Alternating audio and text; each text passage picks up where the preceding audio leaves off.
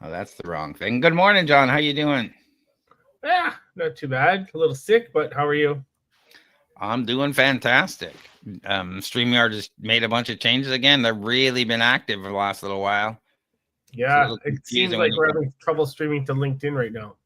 oh, are we? Yeah, Oh, I wonder why that is. I don't know. Uh, Maybe an issue on LinkedIn's end. Okay, well, they'll said they'll keep trying. We might as well continue on. Can you hear me okay? Absolutely.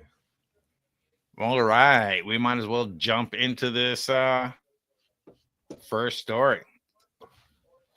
Today we're talking about a beer, but not sorry.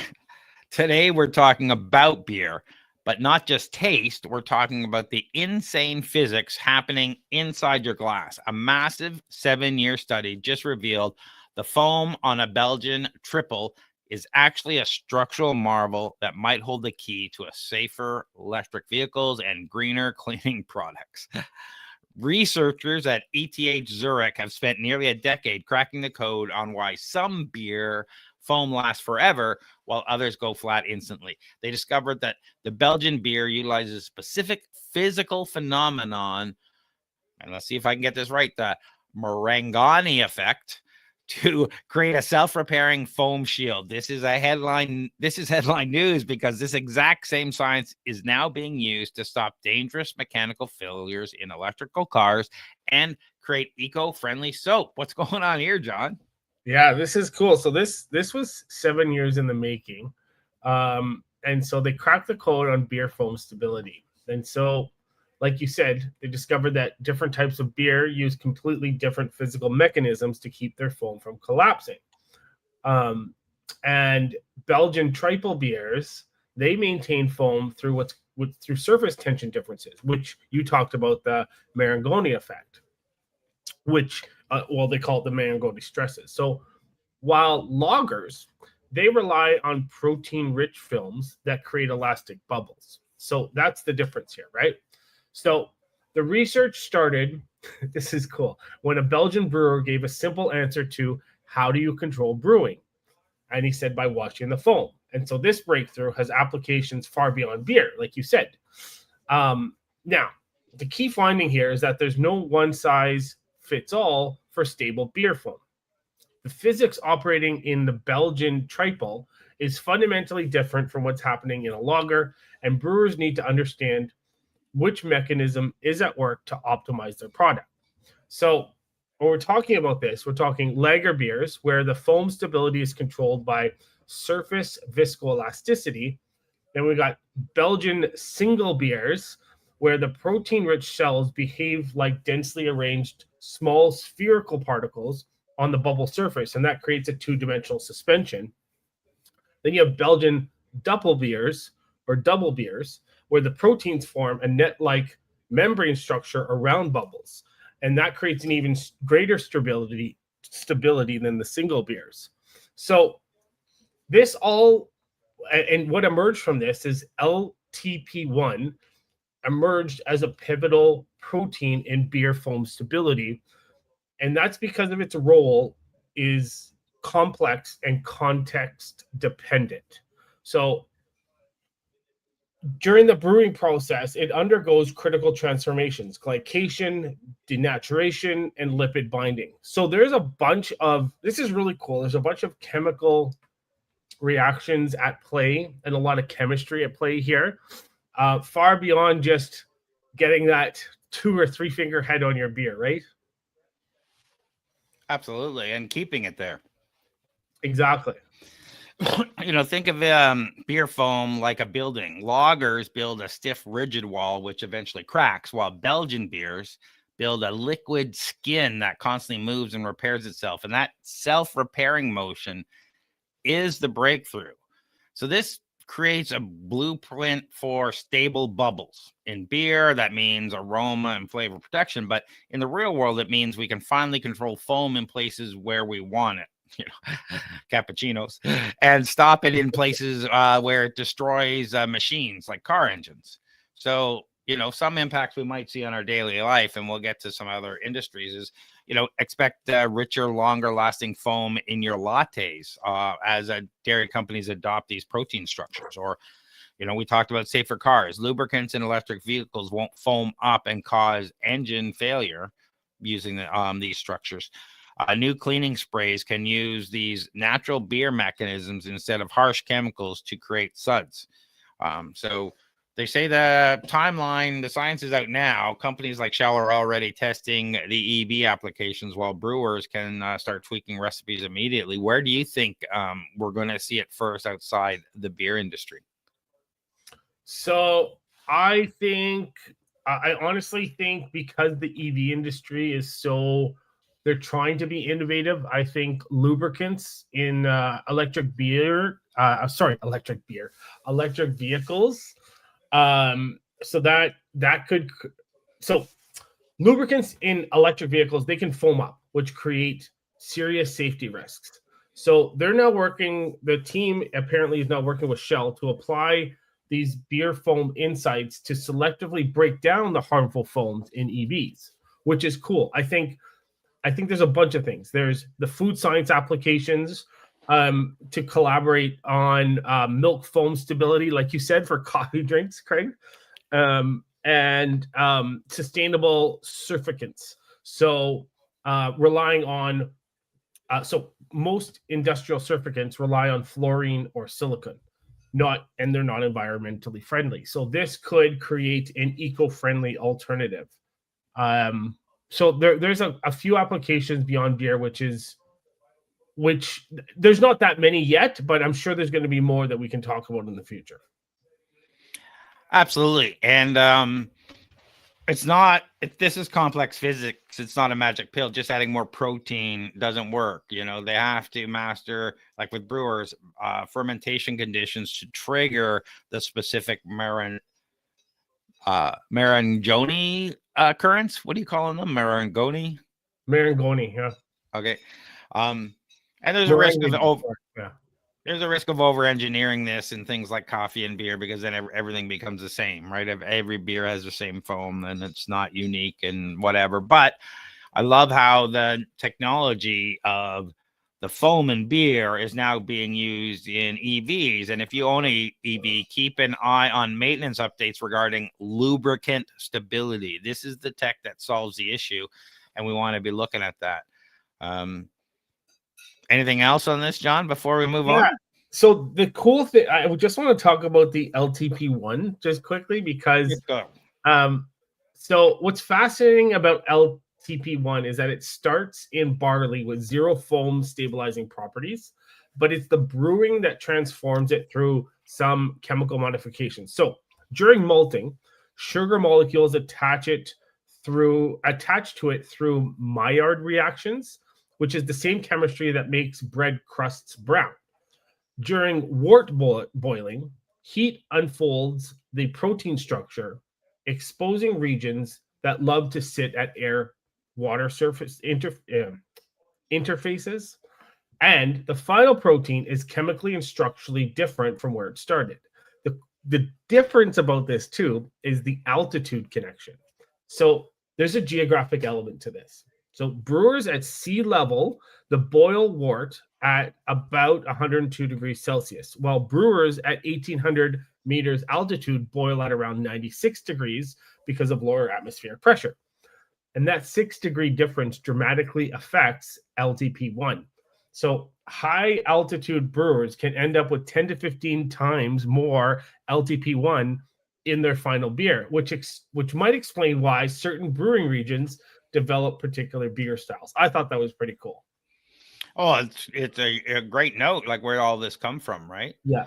And they had unknowingly perfected this technique, right? That causes the Morongi effect. They were just trying to get the foam.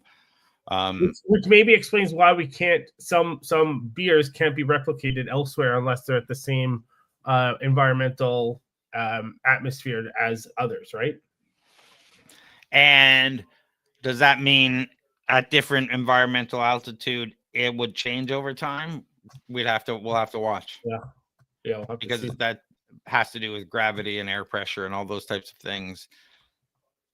Yeah, So and this how's that going to affect the research that they're doing now, right? Because LTP1 is the main protagonist here, right? So yeah, I'm sure they're researching it. We have some doubts about this and that, but they have to be handling it. The people testing this and trying to put it in EVs and whatnot. yeah. So this proves that beer foam isn't just an aesthetic; it's a sophisticated material that is literally changing how we engineer cars and chemicals. So the next time you order a pint, ask yourself, are you drinking a beverage or are you having a physics experiment? Let me know which beer you think has the best head in the comments below.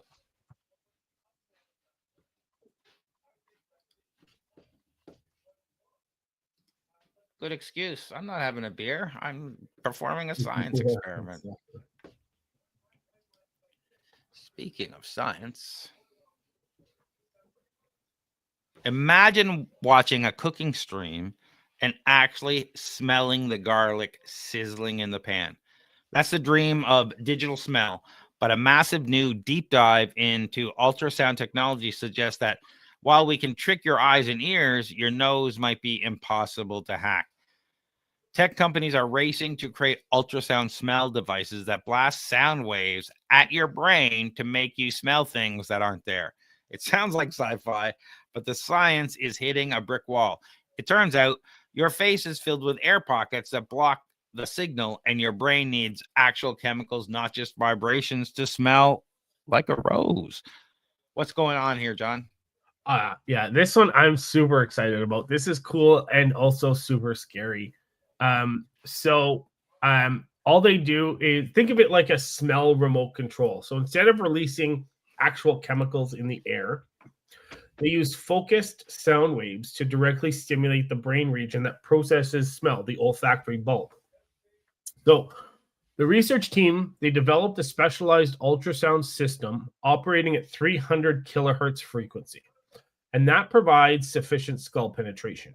So the focal depth was set to approximately 39 millimeters, with the ultrasound energy converging below the forehead.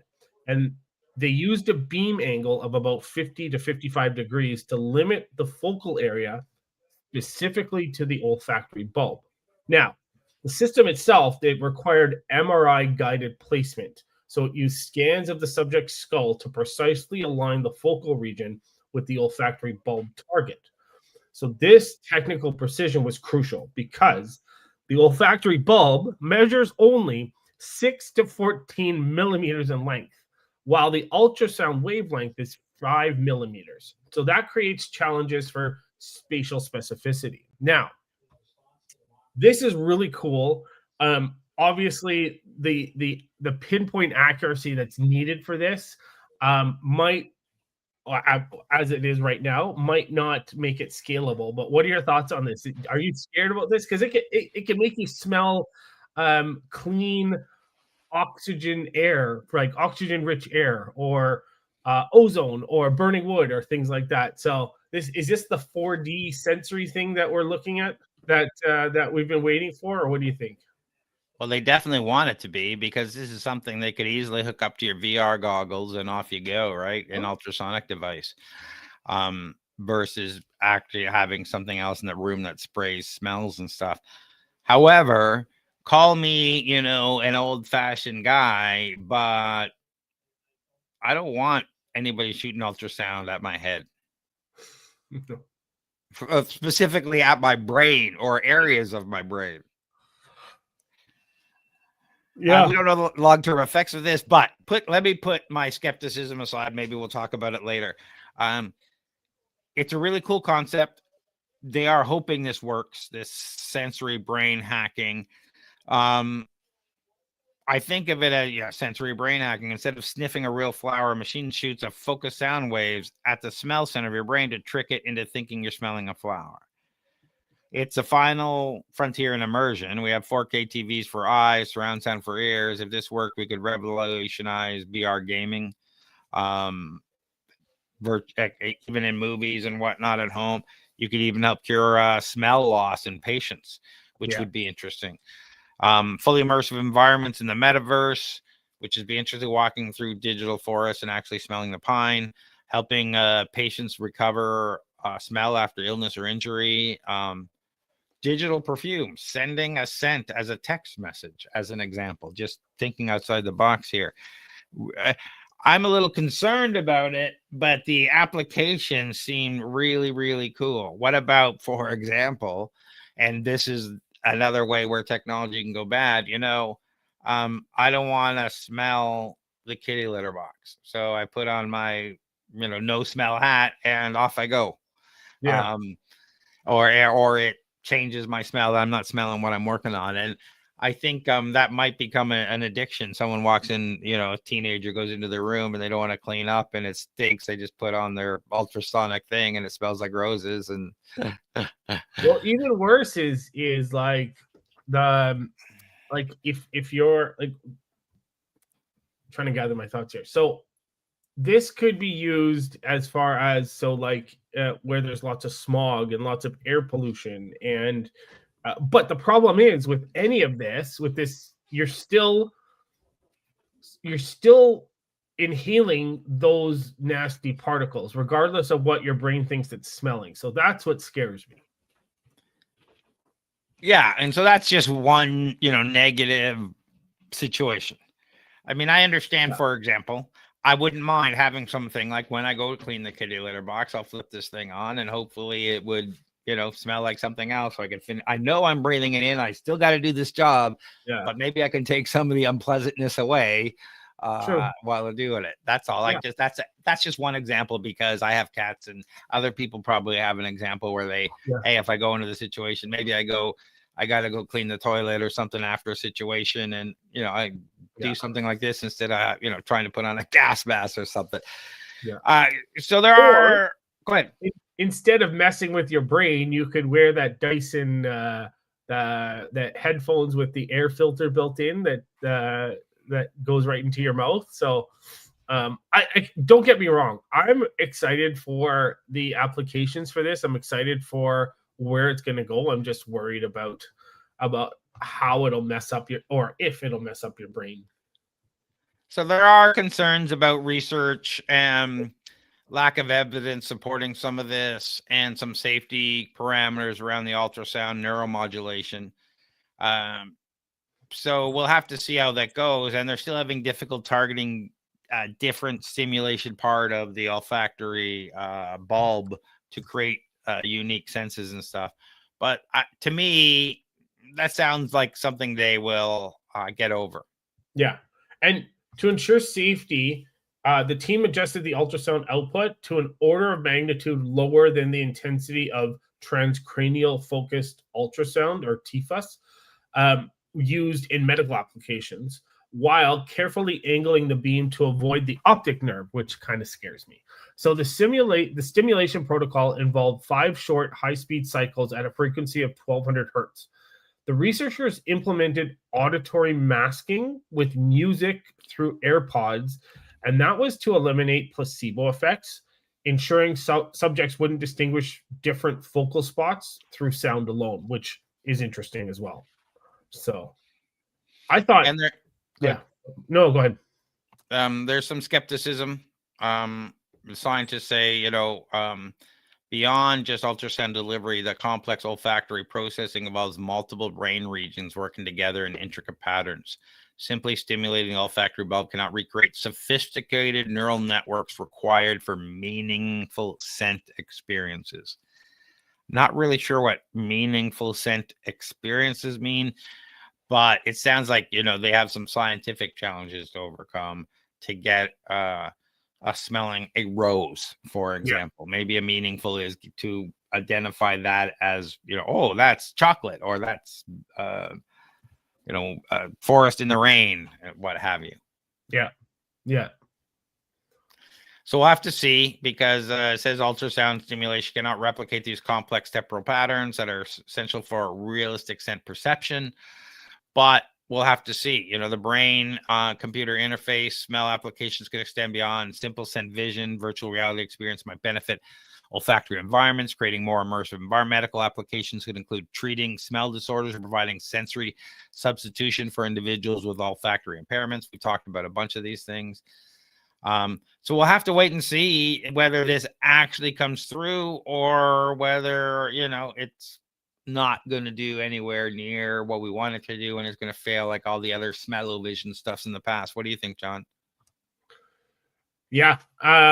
This is interesting. I think so here's my thought on this, and just to kind of put it into perspective. So the nose has, I think, so there's two 400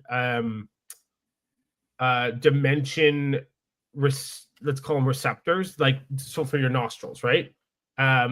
So if you think about that as in the when it comes to neurotechnology, so that's a 400 dimensional information channel, right? Which is potentially offered by olfactory stimulation. Think of it like this: it matches the complexity of modern AI language models, which suggests that BCI could take the place of this ultrasonic, ultrasound kind of stuff. So there's a lot of future potential here. I just wanted to bring it back because we cover a lot of brain computer interfaces. So there's a lot of potential there. Definitely a lot of potential. And just to maybe elaborate on the problem so people understand it a little bit better, smell is a chemical, not mechanical. A scent happens when a specific module, which I'm going to call the key, because this is a lock and key problem, when a specific module called the key hits a specific receptor called the lock, that's when a scent happens. So it's a combination of those things. Ultrasound is just a vibration, and it can't replicate this complex chemical code needed to distinguish between coffee and wet dog. So my advice is, if you see a Kickstarter for a digital smell, keep your wallet closed until you see peer-reviewed proof that this is actually going to do what they say it's going to do. But I am super interested in this. Yeah, me too. So the verdict is in. Biology is currently winning the war against technology on this one. But until we can figure out how to teleport chemicals into your nose, smell-o-vision, it might remain a gimmick. Let me know what you think in the comments below. Would you even want to smell the internet? We'll keep watching this story closely. Let us know.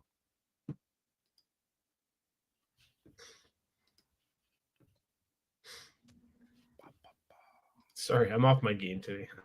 Hey, it's all right. We're all going. We're not all 100%. Are you doing more networking events and stuff? You're sick? No. Just stress or something? Not sleeping? No, just sick. Yeah. All right, that's cool. Big news out of Europe that could change how ChatGPT works for everyone. If you think AI companies can just scrape whatever they want from the internet to build their bots, a German court just slammed down a massive gavel that says absolutely not. And the ripple effects are coming for us all. A Munich court has ruled that OpenAI infringed on copyright laws by training ChatGPT on song lyrics without a license. This is headline news because it's legally redefines training data. It's no longer just learning, it's now considered reproducing and memorizing. This destroys the fair use defense many AI companies rely on in the US and could force them to pay billions in licensing fees, potentially changing the economics of AI forever. What do you think about this, John? Yeah. So I think I agree, I have to say. And I'm kind of disappointed in OpenAI's defense. So it rested on a few key arguments, and they are all rejected by the court, by the way. So first, OpenAI suggested that the user who enters the prompt should be legally liable for any infringing output. Okay. So an argument that the court dismissed. They also argued that any reproduction was accidental or a technical error, which again is laughable. And the court countered this by stating that both the initial copying of data for training and its later reproduction require a license. I agree. And then crucially, the court set a very low threshold for what counts as infringement, ruling that even a 15-word passage could violate copyright law. So this undercuts the common defense from AI companies that their models are creating something entirely new and not just copies of the source material. And so what are your thoughts on those arguments? Like those seem like weak arguments in a court case like this, or maybe they just didn't have a leg to stand on. You're on mute. Sorry, coughing. Yeah, let me just expand on this compared to say what some of the other courts have decided, and you know, we can talk about this. I think this is interesting, but I don't think it's going anywhere, and I'll explain why in a bit. All right, so the court firmly rejected the black box defense. Memorizing and reproducing copyright lyrics during training and output can constitute infringement regardless of the technical mechanism involved. So that's what the German court decided. In the UK, in the Getty Images versus Stability AI case, UK court recently ruled the opposite, saying that AI models don't contain copies of images, but just mathematical weights. The German court disagrees, creating a massive legal conflict. So versus the US on books and news, in the Authors Guild versus OpenAI, and New York Times versus OpenAI, judges are currently looking at whether AI summaries are close enough to the original to count as theft. This German ruling gives a huge ammunition to the New York Times and authors.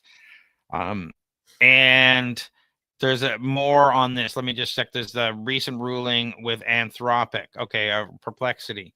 So the German ruling focused on training. The sin was ingesting the data in the first place. Now, the U.S. contrast between Dow Jones, New York Post versus Perplexity, a lawsuit, it's not about training. It's about retrieval augmented generation. So again, that's the news story, right? The news publisher argued that Perplexity isn't just learning from the news, it's replacing the news by summarizing articles. So you don't need to click. So they don't have fair use everywhere. We have different rules, and the courts recently decided $1.5 billion case against Anthropic for books. Or was it OpenAI? I thought it was Anthropic. I thought it was Anthropic, but I'll look that up as we go. Yeah. And I saw some posts around some authors saying that you can get up to $1,500 per book back on this class action lawsuit. So there's a lot of different perspectives on there, and I'm not sure where you fall on all of that. So for me, it comes down to they've used this data to train their models. That's without paying for it. So that's where I come in. That's where I stand is they should have paid, even though it's available on the internet. They still should have negotiated some sort of agreement before using anything that has been created by artists or anything that's been created by someone to train their models. That's my opinion, though. Yeah, and it is an opinion, so I'll put it in a different light, and it might not be the same, but imagine a student, in this case the AI, who claims they studied for a test, but when asked a question, they just recite the textbook word for word. So if you have a photographic memory and just go like this through the textbook and you have it all and you just recite whatever, the answer from the textbook, the court says that's not learning. That's just making an illegal photocopy of the book inside your brain. Now, I don't know if it's going to apply to humans or just to AI. That human isn't making any money off of that test that he's studied for. Whereas OpenAI is making money off of other people's content that they've trained their models on. And potentially taking money away from the people who wrote the original content. That's kind of, you're hurt. If they can prove that there's actual financial harm, that's where things come into play. That's right? going to be difficult. Yeah. Yeah. So that's it, because, things like when Google turned it off in the EU or whatever the countries was, they found it was 0.1% of traffic dropped. So it was insignificant. And so that was kind of their argument when they were going that. So we might see moving forward some things like geofenced AI. You might start seeing this content is unavailable in your region, errors on ChatGPT, similar to Netflix or what have you, where, go to point of article or whatnot. They may not be able to summarize it for you or help you. If these companies have to pay, we're probably going to see price hikes. If they have to pay for every song book they train, the price of ChatGPT Plus and other tools is likely going to go up to cover the bill. To avoid lawsuits, AI companies might purge their databases, meaning the AI knows less about pop culture, lyrics, and modern literature, so we might get dumber bots. Who knows? Who knows? But again, it's a catch-22 kind of thing and chicken and egg kind of thing, because how do you get these outputs without training? But again, they could have paid for it at the start, right? But anyways. Yeah, and the courts ordered an immediate injunction, meaning OpenAI has to stop using this data now in Germany, though, they will appeal. The catch is that we're creating the splinter net of AI because different countries are ruling differently. Yeah. We might end up with fragmented internet where US users get a smart AI, EUs get a safe but limited AI. And if we, want to use the really good AI, we got to go to DeepSeek in China or something where they're not limited by these rules. So critics worry that this kills the little guys. Microsoft and Google can afford to pay Gemma and the New York Times billions in licensing fees, while small AI startups cannot, meaning big tech might become the only option for powerful AI. So, and that leads me to ask the question about downstream models. And when I say downstream models, many people use the Llama models as an example and build on top of them. NVIDIA does it. Many companies do because they're open source models. Now, if any of those models are built on an open source model that was trained on any of this material, are they now liable for this? Good point. Yeah, I don't know. So I'm just trying to figure out how far down it affects and what the ripples are. But, as I read this and go through it before, I'm thinking it was one thing, but now, is this just becoming another moat? If you want to be a tobacco company, you got to pay millions of dollars. So only the existing tobacco company or companies with, huge pockets can get in the industry. So that's what happened with vaping, where they came along and the tobacco companies lobbied to get regulations around it. And you had to get all your stuff certified, and the certification process cost $1 million or whatever. So all the small companies shut down. You can say that's a good thing or a bad thing, but it is definitely in favor of big business. So when you start looking at this, if you want to do any of this stuff, you're going to have to pay more and pay all these people. And now all of a sudden there's a moat to join these that only these multi-billion-dollar companies can, So is that strategic? Is it not strategic? I think in the end, because AI is strategically important to every government's future and every country's future, that we're going to see some countries' governments stepping in on some of this. I'm not exactly sure what that means, because people don't want to, at this stage, governments don't want to be last in the AI race. They don't want to be the one country that's putting all the rules on their AI and everyone else is jumping leaps and miles ahead of them because they don't have those rules.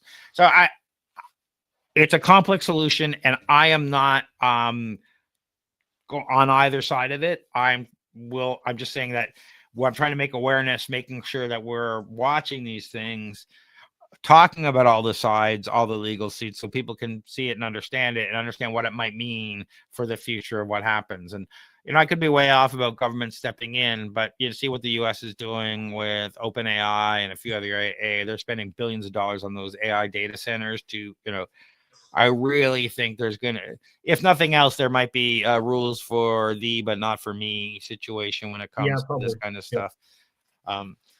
So we'll have to wait and see. Yeah. So the verdict, move fast and break things, era of AI is hitting a concrete wall. Companies can no longer treat the internet like an all-you-can-eat buffet. So does this mean artists finally get their paycheck, or are we about to see AI subscriptions double in price? And even if these fines and stuff come through, will the money actually get back to the artist? Let me know your take in the comments, and we'll keep tracking where the money goes. Mm-hmm.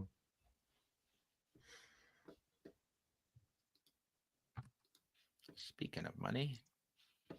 Did you see the article that came out yesterday about OpenAI declaring code red? No. What's that all about?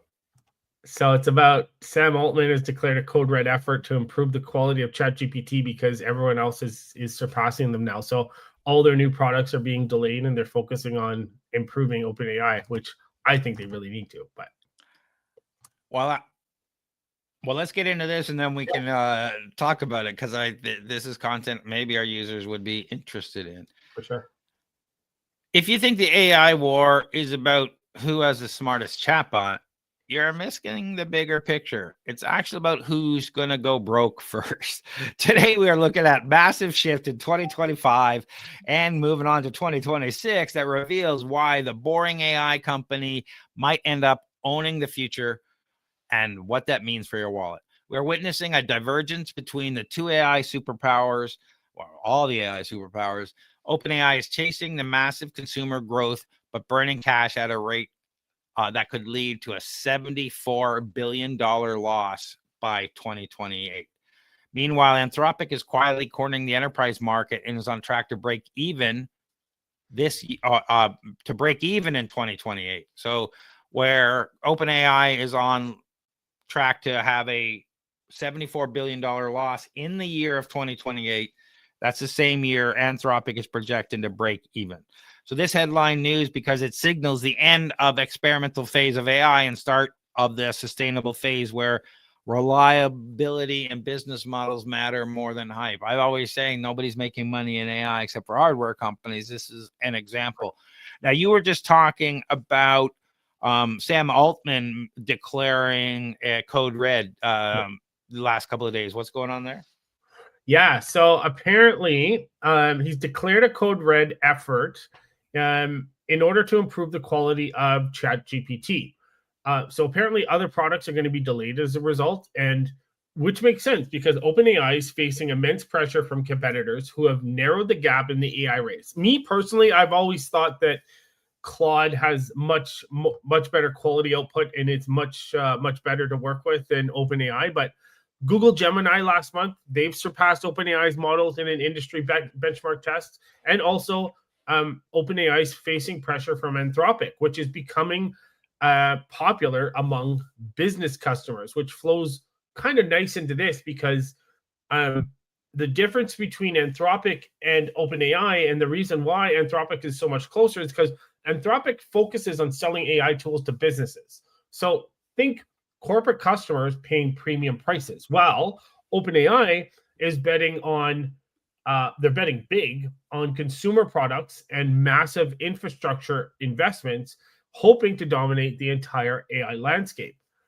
What do you think about all this? I think it's interesting to watch how they carve out the market. I think it's interesting to watch where they each excel and get better at. And I think, when it was 6 months ago, a year ago, when Google came out with Gemini and we're having all those problems and they were, really bad, people just dismissed them immediately. And maybe we did too. I don't remember if we did or not. We did dismiss that version of it, that's for sure. But you cannot underestimate, the power of Google's data. Mm-hmm. They have all pretty much crawl every website in the world every friggin' day or close enough to it. It has all the data, what you do, what you send, all your email, just everything, all the social media. So to think that it count it out when they've got all the money and all the data, they just have to work at it long enough, I think was a mistake. And I think it was arrogant for a lot of these other companies like OpenAI. They've been through a lot of stuff that has not had them focusing on the product. Yeah. And, for example, I've seen some roadmaps where they're putting in ads in it, and they had the board controversy where they fired Sam Altman last year or at the beginning of this year. And then they brought him back. And then immediately within a month, half the board or most of the board were gone, the ones that voted against them. And so anyway, I mean, weird stuff is going on. And it's interesting to see where they're going here. And they're burning money like crazy. They need more money all the time. I think OpenAI might be too big to fail at this time from their relationships with governments and other things, but that is only a matter of time before that changes. But it's interesting to see their different models, what they're going after, what their spend rate, and what happens when you take your eye off the ball. Yeah. So there's a couple of things here. My question to you is, so a lot of their investments right now is going into infrastructure.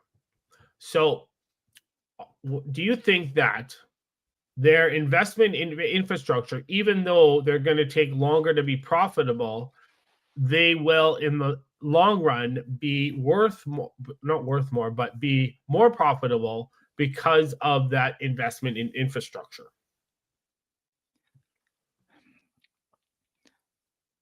It depends. Yeah. I mean, the infrastructure is definitely one thing, but it's product, right?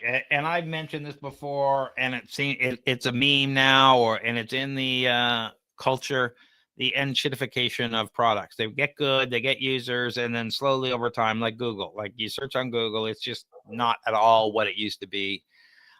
It's because they started focus on money. So as OpenAI shifts and start focus on money, they changed. And I think that's what happened. They were as a nonprofit, they were focused on the product, and now they're focused on profitability. And those aren't the same things. And one doesn't eliminate the other. But when you have this cash burn that is crazy, and they always have to raise billions and billions and billions of dollars, we'll have to see. OpenAI commands a staggering $300 billion valuation following its SoftBank funding round. This makes it one of the most valuable private companies globally. Anthropic's valuation stands at $61.5 billion in March. However, new funding rounds are approaching $170 billion, suggesting investors see tremendous gains, right? And also, we can cover this next time, but Anthropic is reportedly preparing for one of the largest IPOs ever. That just came up on my thing, so we can talk about that next time. So there's going to be reliability versus features, privacy trade-offs, rise of agents. One of the main things I see why I run Flowgrammer events. We get AI builders in Toronto. We talk to them every month. It's great. The number one complaint, OpenAI is slow. It's way slower than every other model out there, and people are leaving it for that alone. So they need to, I'll say this. Sonnet 4.5 is actually pretty slow. I know I always praise Anthropic, but I have to say Sonnet 4.5 is pretty slow. It gives OpenAI vibes, but the output is phenomenal. And that's in OpenAI's defense. The one thing I do really love is structured output, and not many of the other AI models support structured output. And most people don't give a crap, but if you're running APIs and you do a call and you want a specific structured JSON output out, OpenAI is the friggin' king of that. Okay, because some of them are starting to support it now. I think Gemini started supporting it recently. I'm not sure if Claude and Sonnet support it yet. Oh yeah, Claude has been doing it. Yeah, I do it all the time with Claude. Yeah, because when I get it back, I don't get a structured output back from Claude. So I think we may not be talking about the same thing, but I could be wrong. Like a structured JSON prompt output. All the fields in the exact way, in the exact format that I asked for, go. Not text in the middle of JSON, improperly formatted JSON, not everything, very specific output.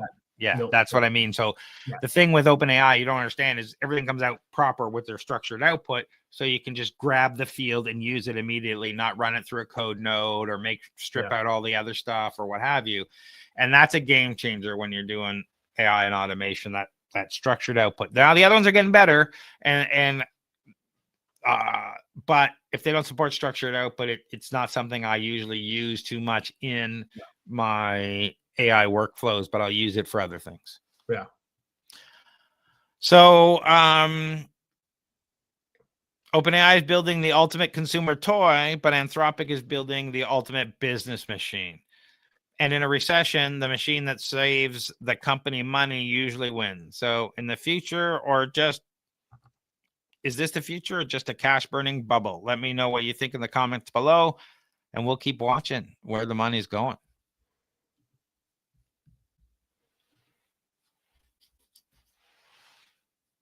Okay.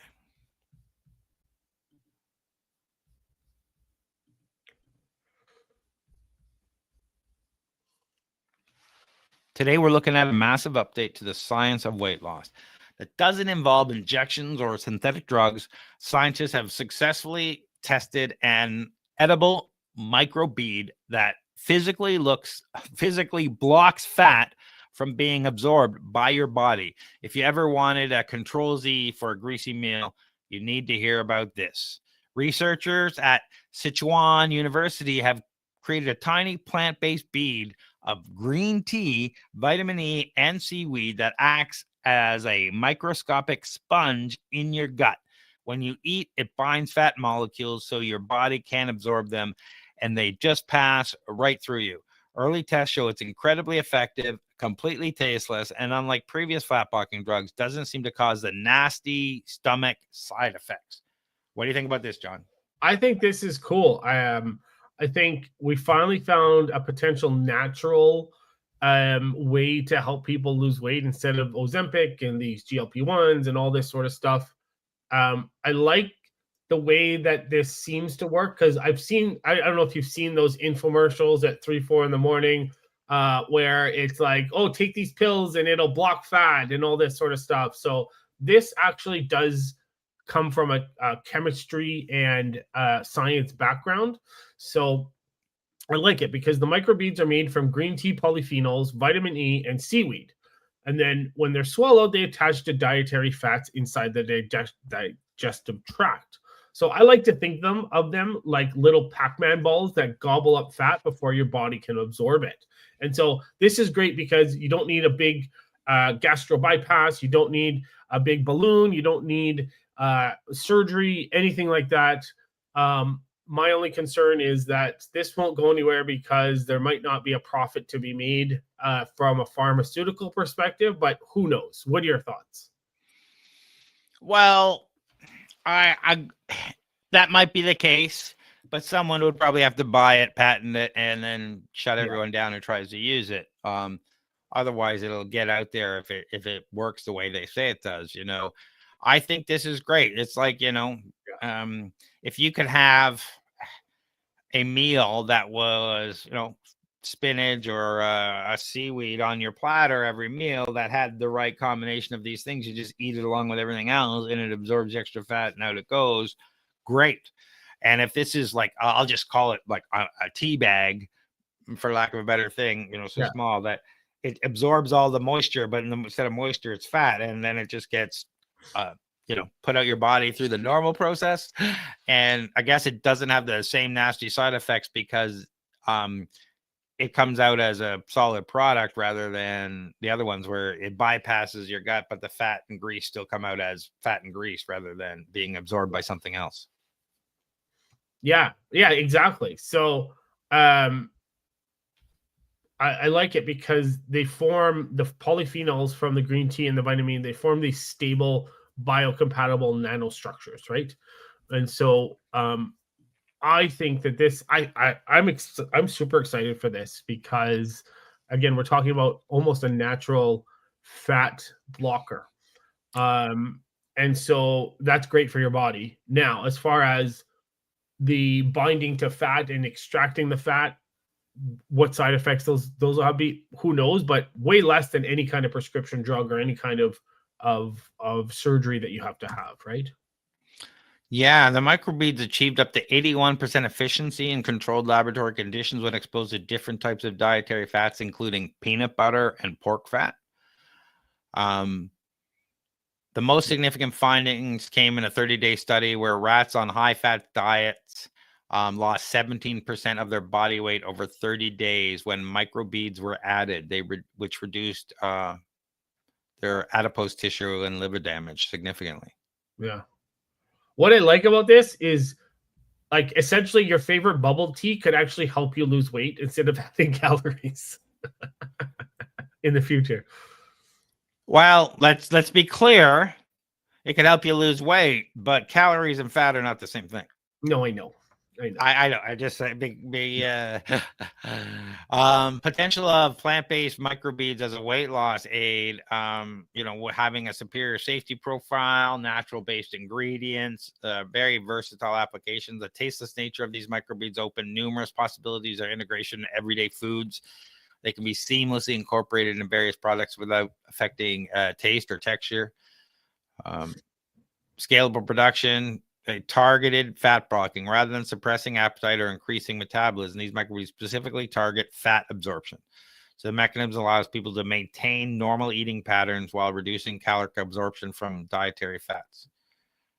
So, this sounds like a great solution versus, how much money they're making on the Ozempic drugs. Yeah, exactly.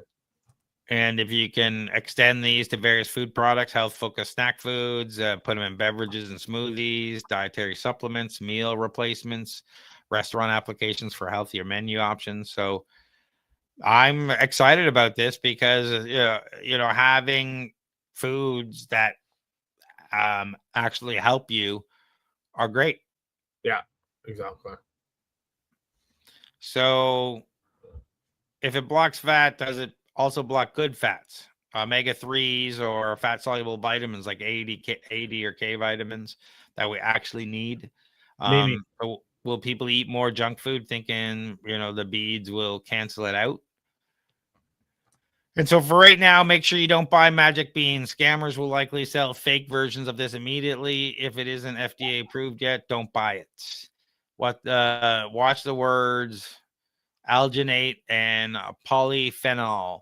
These are the key ingredients. Keep an eye on health news for these terms in relation to hydrogels. People are looking for this type of passive weight management tool who want to avoid the needless, drugs like Wegovy and Ozempic and the side effects of traditional diet pills. So I'm pretty excited about where this is going. And this is the first promising fat blocker that uses smart material science to potentially solve side effect issues that plague the dietary industry for decades. So is this the future of dining, or is this messing with your digestion a hard pass for you? Let me know what you think in the comments below, and we'll keep watching this story because it's super interesting.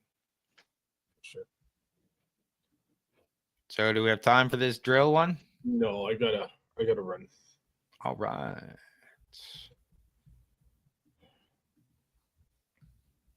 So what do you got going on, John? Yeah, so not much. Just probably heading to a couple networking events, depending on when this comes out. The Flowgrammer event and Startup Drinks TO. When are those happening, Craig? Well, this will be coming out mid-January, and I don't have the 2026 dates yet. Okay. So, no, it's all right to ask because it's coming out. But check torontostarts.com for all of that, or flowgrammer.ca or flowgrammers.ca. Any of those will have our list of events. So check those out for our locally run events, and we're starting in the new year, Flowgrammer Cafe, our monthly build days where we're having coffee and drop-in sessions. We're taking over a space and limited space where builders just come and work. There's no lectures, no slides, no demos, just like-minded builders sitting beside each other, doing stuff, helping each other if they need to, sharing ideas and whatnot. So look for the Flowgrammer Cafe coming. We do Flowgrammer events where we do AI and automation demos and get the group together. monthly. Check those out. And our monthly startup investor drinks, where we get startups and investors and the startup community together for an evening of networking, open bar and open pitches. It's always a good time. And John, if they're looking for non-dilutive funding, where do they go? Yeah, find me on LinkedIn, John Irwin.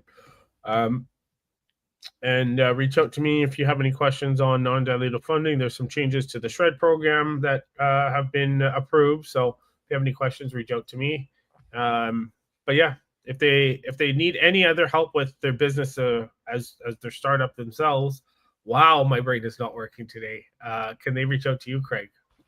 Yeah, just head over to torontostarts.com if you're looking for help with your startup. We do networking events, we do workshops, we do workshops, mentoring, networking, connecting. You can go over to torontostarts.com and book a free call with me if you're just lost or want to connect or don't know where to go. We'll get you moving. Everything's over there. We have other websites, but just head over to torontostarts.com and you'll see all our events and links to our other stuff. So that's the best place to go. And thanks, everyone, for watching and listening today. Thanks, everyone.